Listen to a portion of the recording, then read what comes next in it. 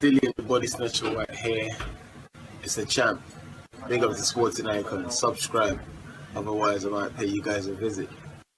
Okay, so tomorrow, Tuesday, will be the deadline for Tyson Fury versus Dillian Whyte to agree their deal, or it goes to purse bid. What the deadline for purse bid is, I have no idea. But ultimately, if Bob Arum, Frank Warren, Eddie Hearn don't want it to go to purse bid, they've got literally the next 24 hours to get the deal done. Now, when it comes to purse bid, I get the impression that Eddie Hearn does want it to go to purse bid. I get the impression Bob Arum and Frank Warren do not. But at the same time, if they want to avoid the purse bid, then they're going to have to be very, very serious about their offer. 20% is not going to get Dillian to go, okay. 25% will probably won't. I mean, why would he? At the end of the day, it's, a mandatory gets 30%, an interim champion up to 45%. So the number should be between there. So when you're talking about 20%, hey, that ain't going to get the fight done. But ultimately, if it goes to purse bid, if the arbitrator doesn't rule in favour of Dillian Whyte and increases the 20%, and it does end up being 20% anyway, of course, that's what Dillian Whyte's going to have to accept.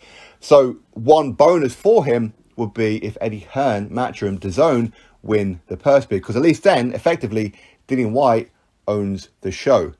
Eddie Hearn always says that his fighters own the show. So with Eddie Hearn winning it, Dillian Whyte owns the show. Dillian Whyte can put on the undercard that he wants. They can put it on whenever and wherever they want to put it on, within a certain time frame, of course. If they want to put it on in the UK, they can. If they want to put it on in Jamaica, they can. They can put it on wherever they like. Tyson Fury, the WBC, Bob Arum, Frank Warren, everybody involved in Tyson Fury's side will have no choice. And of course, roles reverse as well. If Bob Arum or Frank Warren win the purse bid, then of course, they own the show. They can put on the fight wherever. They could put Tyson Fury versus Dillian Whyte on in Las Vegas, if that's what they wanted to do. Okay, so it's very, very important for both fighters as to who wins this purse bid. But of course, going to purse bid means both fighters get more money, because obviously they won't be bidding against each other. And it won't just be Eddie Hearn, Bob Arum, Frank Warren all bidding against each other, although would Bob Arum and Frank Warren work together? Hard to say, because obviously Frank Warren, he's tied in with BT Sport, so obviously he wants that fight to land on BT Sport. Bob Arum has a deal with Sky Sports in the UK, no longer with BT Sport. So would he be bidding against Frank Warren? It's going to be interesting. But of course, that doesn't mean it's just those guys who can be bidding. Any promoter out there can bid on this fight. Anyone. Maybe Ben Shalom Boxer, obviously with Bob Arum, could bid very, very well on it. I'm sure Sky Sports would love to have this fight. Mick Hennessy could bid on it. Dennis Hobson could bid on it. The PBC could bid on it. Don't be surprised if there's some twists and turns in this one as to who actually wins it.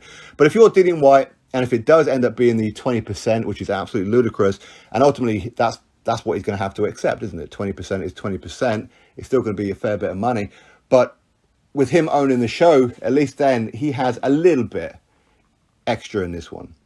But of course, I mean, I don't really know exactly how it works, but it could be that Eddie Hearn could just pay Dillian Whyte more money, as in set up some more sponsorships for Dillian. Set it up that way, just so he earns more money out of this fight, just to make it a little bit more fair. But no matter how you look at it, it's going to be very, very interesting. Very interesting. So if Bob Arum, Frank Warren don't want this to go to purse bid, then they really should have made a better offer by now. They should at least be starting at 30%. They should be. And for those who moan that Dillian Whyte should just accept the $5 million, which is £3.7 million, you're telling me that Tyson Fury versus Dillian Whyte in front of a potentially 75,000 capacity at the Principality Stadium, the Millennium Stadium in Cardiff, Wales, 75,000 people, tickets in there, plus the pay-per-view here in the UK, plus the sponsorships and all that kind of stuff, is only worth in the region of 25 million.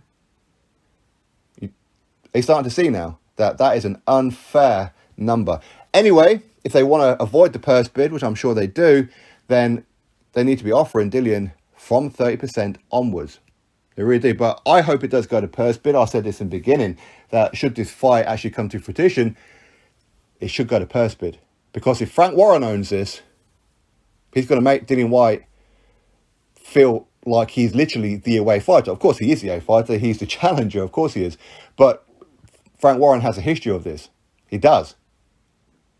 I mean, look at what he done to a Kid Galahad when Kid Galahad fought then Frank Warren fighter in Josh Warrington. That was absolutely disgusting, to be honest with you. That's what he's going to do with Dillian Whyte. He don't like Dillian Whyte. So if you're Dillian Whyte, you're going to want it on Eddie Hearn's platform of DAZN. But anyway, we'll have to wait and see what happens. Will it go to purse bid? I imagine so. But don't be surprised that within the next 24 hours, some kind of announcement has been made that a deal has been reached. We'll have to wait and see, won't we? Drop your thoughts below, click thumbs up, subscribe, and I'll catch you on the next video.